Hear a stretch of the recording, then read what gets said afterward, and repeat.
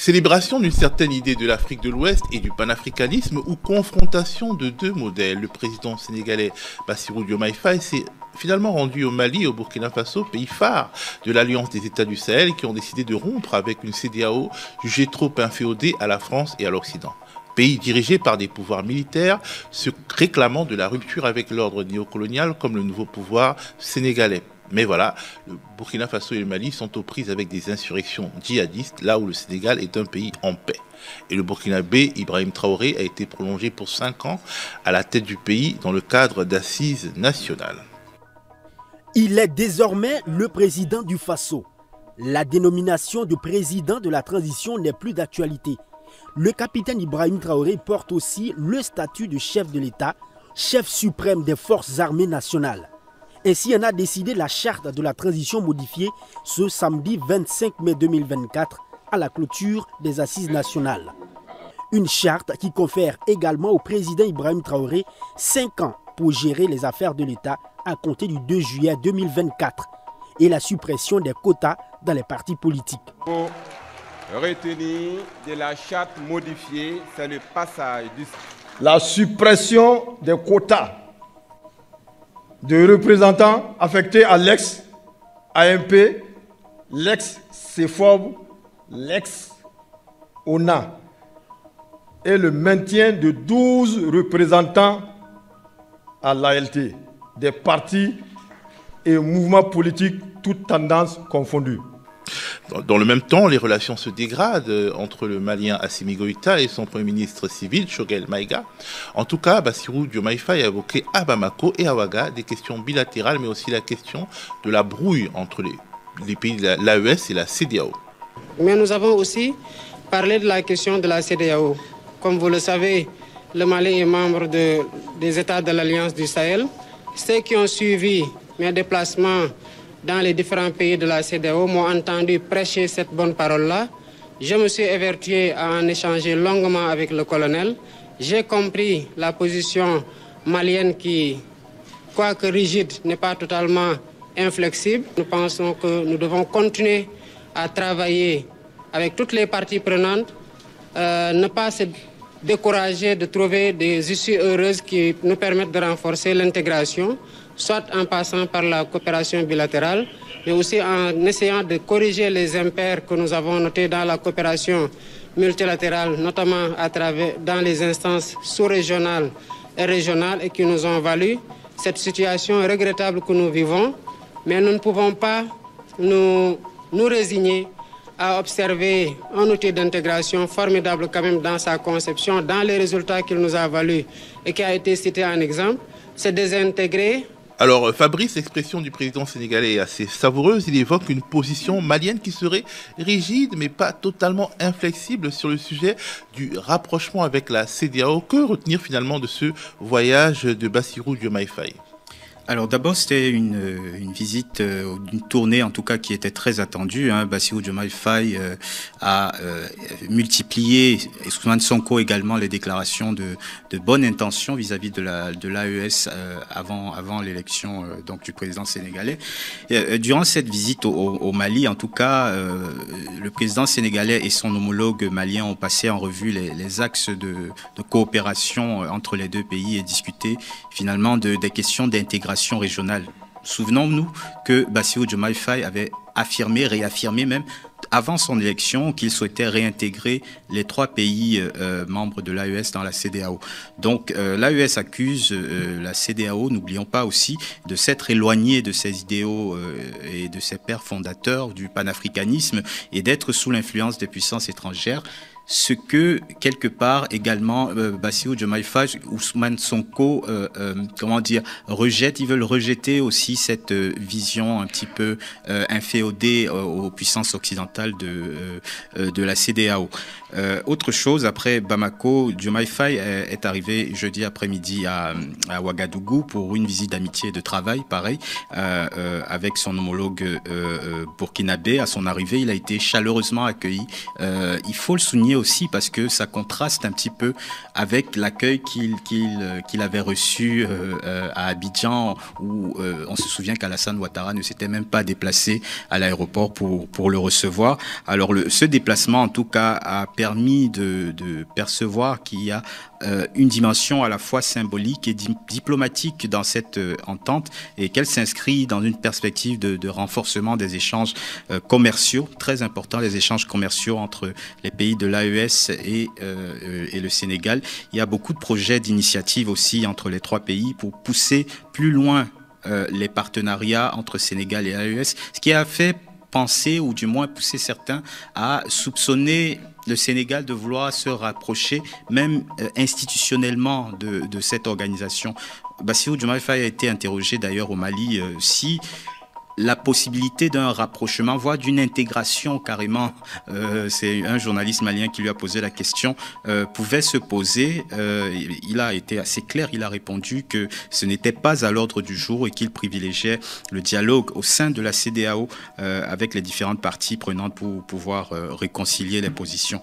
Donc aujourd'hui, on est sur une position, comment dire, plurielle de ce rapprochement, sachant que le Sénégal a tout intérêt à garder cette position, ce rôle de digue un petit peu entre l'AES et les États qui ont été un peu plus, comment dire, offensifs et virulents contre cette décision de se mettre à part. N'oublions pas aussi la question de la sécurité qui est très importante. La charte de l'AES du Liptuma Gourma, Liptako Gourma, pardon, prévoit non seulement qu'il y ait la sécurisation des frontières communes entre les trois pays, mais quand même qu'il y ait aussi une collaboration éventuelle avec ceux qui voudraient, les pays de la sous-région, collaborer avec ces pays-là pour constituer une défense régionale, voilà, un peu différente de ce que propose la CEDEAO pour l'instant. Alors Geneviève, est-ce que le président sénégalais a raison de faire le voyage de Bamako et de Ouaga alors que les opposants et les défenseurs des droits humains là-bas tirent la sonnette d'alarme? Alors il faut bien que quelqu'un se situe quelque part en position de médiation. Sans ça, on admet que les ponts sont coupés définitivement et les pays de l'AES restent face à eux-mêmes. Et oui, c'est vrai qu'ils s'enfoncent aujourd'hui dans une dictature. On a encore vu hier, cette semaine, ce qui s'est passé au Burkina avec des libérations et ensuite encore des disparitions, notamment de l'avocat Maître Cam. Il y a des disparitions, il y a des gens qui sont assassinés, des villageois assassinés. Donc on en reparlera tout à l'heure, j'imagine, en s'orientant vers une dictature. Mais est-ce qu'il faut laisser ces pays et ces peuples comme ça abandonnés ou est-ce qu'il faut essayer de les réintégrer dans la communauté régionale? Moi, je pense qu'il a raison. Après, ce qui est intéressant aussi, c'est qu'il semble prendre vraiment la plénitude de son poste.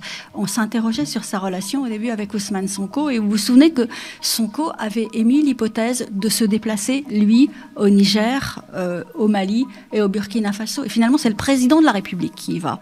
Donc je trouve que c'est très intéressant au regard de cette relation entre les deux têtes de l'exécutif aussi. Alors Salomé, quel regard tu portes sur cette visite de Bassirou Diomaye Faye ? C'est une excellente chose. Je pense que c'est la base en réalité de la diplomatie. Bassirou Diomaye Faye est un président nouvellement élu. Et il entame tout de suite, fort de son élection, des relations bilatérales avec ses voisins immédiats. Donc c'est évidemment une excellente nouvelle, une excellente chose. Ça a une dimension diplomatique, ça a été rappelé, extrêmement pertinente et extrêmement fine, puisqu'en fait il est lui dans la position de pouvoir effectivement faire le lien, faire cette médiation. Il n'a pas été en contact ou en pourparlers avec les présidents déchus par les coups d'État. Donc il est en position d'entamer une relation nouvelle avec les présidents de facto qui sont aujourd'hui à la tête de ces États. Donc il saisit cette opportunité historique, contemporaine, qu'il les fait, c'est que lui, il est nouveau président. C'est une excellente offensive diplomatique. Toujours commencer par de bonnes relations bilatérales pour effectivement ensuite avoir un rôle d'influence au sein de l'ensemble plus grand qu'est la CEDEAO. Pour l'instant, sa volonté d'entamer une médiation pouvant amener le Mali et le Burkina Faso à revenir au sein de la CEDEAO, ça n'a pas marché. Il a évoqué donc une expression pour dire qu'ils sont fermés, mais pas tout à fait fermés. Ça n'a pas marché, ça fait 2 mois en même temps. Donc je pense qu'il faut laisser le temps. La première étape qui était établir une relation bilatérale en rupture avec ce qui n'était pas fait avant, justement, l'initiative que n'aurait jamais pris Macky Sall, par exemple, c'est déjà un premier pas extrêmement positif. Quand on parle de panafricanisme, il faut que ça se matérialise, il faut que ça puisse se voir dans les faits et dans les comportements et dans les actes posés par les gouvernants. Je interrompu Salomé, donc j'imagine que tu as quelque chose à dire. Non, je voulais dire que c'est le seul, ça semble aujourd'hui le seul dans la communauté ouest-africaine qui peut jouer ce rôle-là. D'abord parce que pour des raisons idéologiques, il y a quand même une forme de proximité entre eux. Et puis ensuite parce qu'il n'était pas aux affaires dans la CEDEAO au moment où des sanctions ont été prises contre ces pays. Donc il est vierge quelque part, il y a cette virginité qui est tout à fait. Et parce qu'il n'était pas en relation avec les chefs d'État déchus. Donc il n'est pas en porte-à-faux, il n'est pas en porte-à-faux. On parle de Compaoré, d'Ibeka, de ces présidents qui ont fait partie du syndicat des chefs d'État par le passé. Il n'est pas en défaut de loyauté envers des homologues avec lequel il avait des relations et qui ont été remplacés par une gens. Donc c'est beaucoup plus facile pour lui.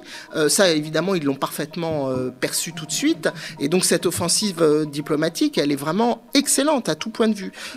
Et je finirai sur... on en reparlera, mais je crois qu'il ne faut pas aller forcément... trop vite en besogne en qualifiant ce qui se passe aujourd'hui sur la dérive dictatoriale. On va évoquer les questions intérieures à ces pays de l'AES, mais je voudrais donner la parole à Wilfried sur la question de la visite de Bassirou Diomaye Faye. Certains influenceurs qui affirment leur proximité avec l'AES insistaient sur le fait qu'il ne fallait pas évoquer la question du retour au sein de la CEDEAO, comme si au final ça pouvait durer longtemps, la cohabitation de deux organisations de même type au sein de l'Afrique de l'Ouest, et comme si ce n'était pas au fond une régression. Une régression, non. Je trouve d'ailleurs que la lecture de Bassirou Diomaye Faye n'est pas très exacte quand il espère encore un retour du Mali, du Niger et du Burkina au sein de la CEDEAO. Si vous avez écouté la conversation de monsieur Ibrahim Traoré avec Alain Foka en février dernier, il a précisé que c'est de l'histoire ancienne. La CEDEAO, on n'y reviendra pas, et je trouve que la lecture géopolitique exacte de la part de Bassirou Diomaye Faye serait d'acter le fait que soit le Sénégal, tôt ou tard, rejoindra les rangs de l'AES avec lui d'autres pays, soit les choses resteront en l'état, mais la CEDEAO, de mon point de vue, n'a plus d'avenir en matière d'expansion, et donc il aurait été exact de la part de Bassirou Diomaye Faye non pas de considérer, comme le lui a dit Bola Tinubu, comme le lui a dit Nana Akufo-Addo lors de sa visite au Ghana, de considérer la CEDEAO comme l'entité juste et l'AES comme la bande de renégats. Il aurait été juste de sa part de plutôt se dire: on a maintenant deux blocs qui ont chacun leur idéologie et qui sont chacun convaincus d'être dans le vrai, pour ainsi dire. Il faut noter les circonstances qui ont abouti à la création de l'Alliance des États du Sahel, la charte du Liptako-Gourma du 16 septembre. Ça découle du fait qu'on a l'impression que la CEDEAO est inféodée aux puissances impérialistes, et voilà. Donc, d'une certaine façon, quand on est dans une logique de rupture, comme l'a dit Bassirou Diomaye Faye, je me serais plutôt attendu à ce que les pays de l'AES soient sa première destination pour être conforme avec son discours de rupture, avec son discours d'un champ nouveau, d'une idéologie de panafricanisme, d'une idéologie d'anti-impérialisme. C'est exactement ce que font les pays de l'Alliance des États du Sahel.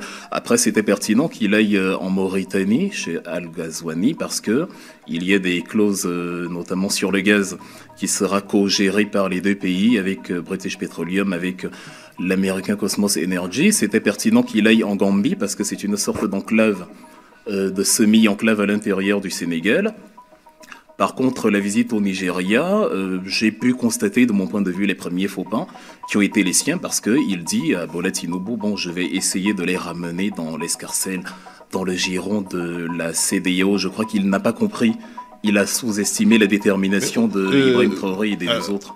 Wilfried, au-delà de l'économie, au-delà de l'idéologie, il y a quand même de l'économie. Et les pays de l'AES n'ont aucune sorte d'ouverture vers la mer. Les pays de l'AES sont liés avec les pays de la CEDEAO par les accords de libre circulation. Il se trouve que les Burkinabés et les Maliens sont très nombreux dans les pays de la CEDEAO. Il y a des questions purement pratiques. On ne divorce pas de son histoire, de sa géographie. Par exemple, on voit le Niger qui exporte son pétrole par le Bénin. C'est des trucs qui vont durer des décennies, parce que structurellement c'est ainsi. On a l'habitude de dire qu'avant qu'un enfant ne marche ou ne court, il apprend à ramper. Les changements sont toujours douloureux. Vous avez évoqué les points positifs de l'alliance CEDEAO, mais du point de vue des pays de l'alliance des États du Sahel, il y a cette logique d'inféodation et cette absence d'indépendance, cette absence d'autonomie. La CEDEAO, à leurs yeux, c'est la continuité de ce qui était autrefois la France-Afrique sous une autre forme. Mais l'histoire est en train de bouger, donc je pense que le pari peut aussi être pris dans le sens où d'autres pays de la CEDEAO vont enfin accéder à la souveraineté et donc vont pouvoir s'ouvrir à une véritable coopération sans tenir compte des dictats extérieurs. Et je pense que c'est ça le pari. L'intérieur de la CEDEAO, ce n'est du point de vue d'Ibrahim Traoré, Assimi Goïta et Tiani, c'est impossible. Et donc l'histoire qui bouge, c'est impossible. Aujourd'hui, c'est impossible. Il ne faut pas être figé dans le temps. Aujourd'hui, c'est impossible. L'histoire qui bouge, c'est l'AES qui fait converger vers elle, justement, les anciennes nations de la CEDEAO, parce qu'à l'instant T, c'est compliqué aujourd'hui parce que c'est tout nouveau. Mais dans 10 ans, dans 15 ans, on ne sait pas si les pays de l'AES vont se dire on a bien fait de s'émanciper de la tutelle d'une organisation qui même matériellement dépendait des capitaux externes. Et aujourd'hui, voilà, on est une véritable organisation créée par nos propres soins, selon nos propres besoins, dans un contexte où on a vu que son ancêtre dans la CEDEAO était à genoux devant. Dans un contexte d'exclusion, c'est pas un choix délibéré, c'est un choix par défaut.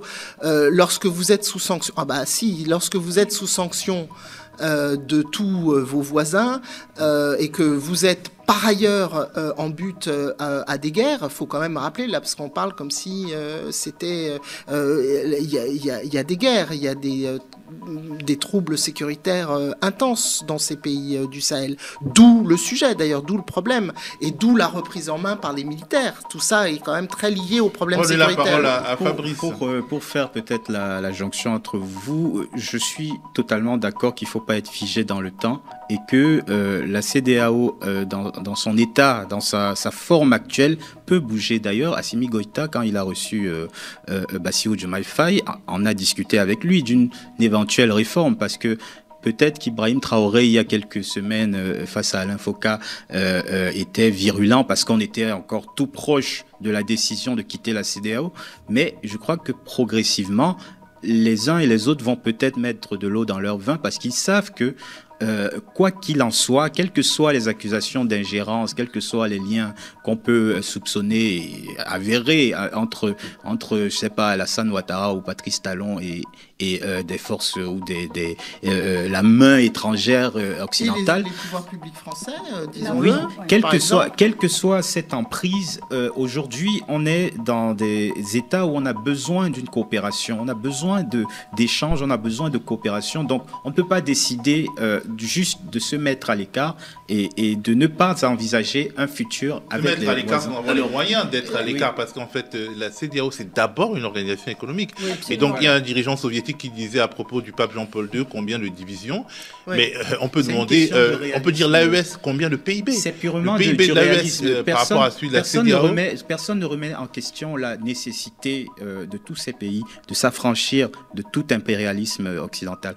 Mais il y a une question aussi de réalisme économique et diplomatique entre les États où il faut coopérer. Maintenant, est-ce qu'on se pose la question d'une réforme de la CEDEAO? Est-ce qu'on se demande si s'il y a des changements politiques en Côte d'Ivoire, au Bénin par exemple, il va y avoir peut-être des dynamiques politiques anti-impérialistes panafricaines. Donc Geneviève, c'est à repenser. Il y a déjà une dynamique. Non, mais pas partout, pas en Côte d'Ivoire. Mais il y a déjà une dynamique. Il y aura des changements en Côte d'Ivoire. Si je peux me permettre. Peut-être. On va d'abord donner la parole à Geneviève. Il y a déjà une dynamique initiée au Sénégal et il y a de toute façon, là, j'ai écouté également le président du Cap-Vert là, qui parlait de la CEDEAO, qui disait qu'il fallait qu'elle se réforme profondément et que il fallait qu'elle soit d'une dimension, enfin que sa dimension soit essentiellement économique avant tout. Donc si la CEDEAO arrive à se réformer dans ce sens, à être peut-être moins prégnante en termes de sanctions envers ceux qui à un moment connaissent des difficultés moins dures envers peut-être les peuples, soit davantage une alliance des peuples qu'une alliance de dirigeants et de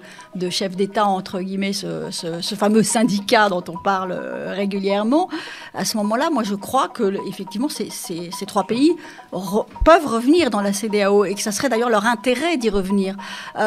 Après, l'AES peut aussi exister. L'AES, non, mais la CEDEAO doit se réformer. De toute façon, elle va se réformer. Elle a pas, je pense qu'elle n'a pas le choix.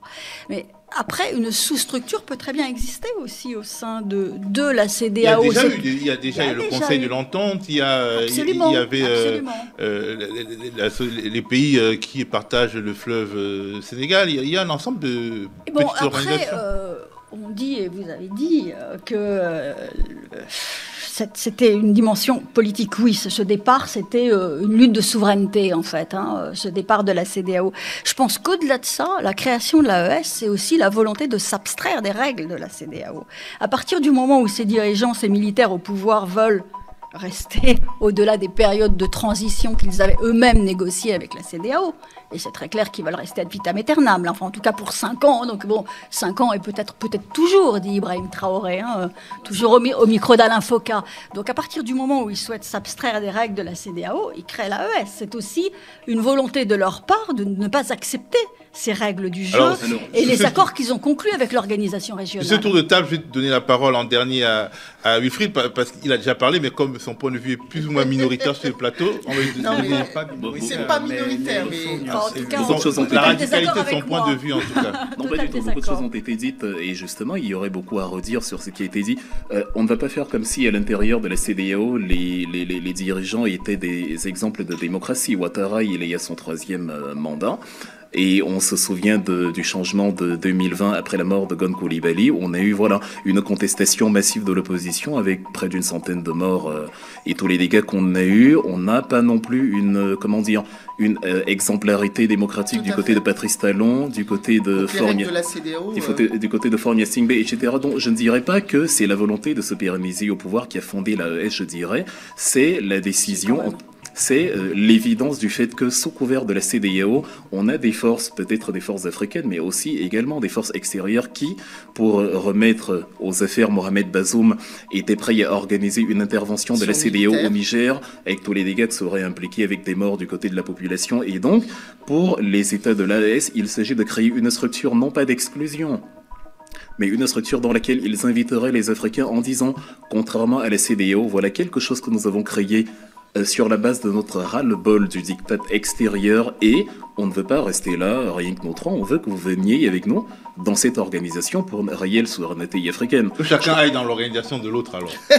En fait, là, c'est exactement ce qu'il se... Non mais c'est vrai qu'on passe, Je suis d'accord, la preuve que ton avis n'est pas minoritaire, c'est que les règles de la CEDEAO, qui les fixe en fait? La CEDEAO. C'est la CEDEAO, ce sont les États. Alors si les États ne sont pas d'accord avec les règles, il est tout à fait normal qu'ils décident, eux, de s'en abstraire, de s'en soustraire et d'aller créer autre chose. Aujourd'hui, on ne peut pas leur reprocher de vouloir fonctionner différemment, en fait. Donc le fait de dire il y a des règles à respecter, comme si c'était une espèce de tablette de la loi. Ben oui, c'est des tables de la loi, effectivement. Des tables de la loi qui doivent être fixées par les États. Et donc si les États ne sont pas d'accord, ils changent. Sont fixés par les États. Non, mais il y a quand même, attendez, pardon, il y a des États qui signent des traités. Le Mali, le Burkina Faso et le Niger ont accepté les règles de la CEDEAO. Après, à un moment, vous avez des coups d'État militaires, ok, vous voulez vous abstraire de ces règles. Donc, non, mais je crois que dans ces justement, pays, à propos de ces pays, je sais pas. on va évoquer les questions de grandes manifestations. Vous pouvez faire des grandes manifestations. Vous pouvez faire des grandes manifestations. Soyons sérieux. Vous pouvez faire des grandes manifestations sans vous faire tirer dessus dans ces pays alors que des individus sont embarqués dans la rue et envoyés on ne sait pas trop où? Non mais attendez. En parlant de procès d'intention. Justement, les gens évoquons. Ce que vous avez dit s'applique à la Côte d'Ivoire, au Bénin, au Togo. Et d'ailleurs, il y a un contraste entre l'attitude. J'ai jamais dit que le Togo était un pays démocratique. Hein. C'est l'une des pires tyrannies d'Afrique. Voilà, et surtout, mais dans la CEDEAO. Mais dans la CEDEAO, pas le problème à la CEDEAO. Mais alors, on va prendre le problème autrement. Non, je vais citer un pays réellement démocratique au sein de la CEDEAO. Plusieurs. Tous ceux qui sont le Ghana, d'accord, le Cap-Vert, je vais pas décerner des brevets de démocratie non plus. Et en termes de PIB au sein de cette CEDEAO, Ghana et Cap-Vert, c'est à peu près combien? Je sais pas. Voilà, très peu. Le Nigeria est un pays qui a beaucoup de problèmes, mais on peut pas dire que c'est c'est ultra minoritaire. Donc le sujet se pose pas comme ça. Je pense que là où on va se rejoindre avec camarades, tout le monde converge vers l'AES. Non mais non, je pense que il faut nuancer. Il faut plutôt partir du principe que la CEDEAO, c'est un patrimoine des États ouest-africains.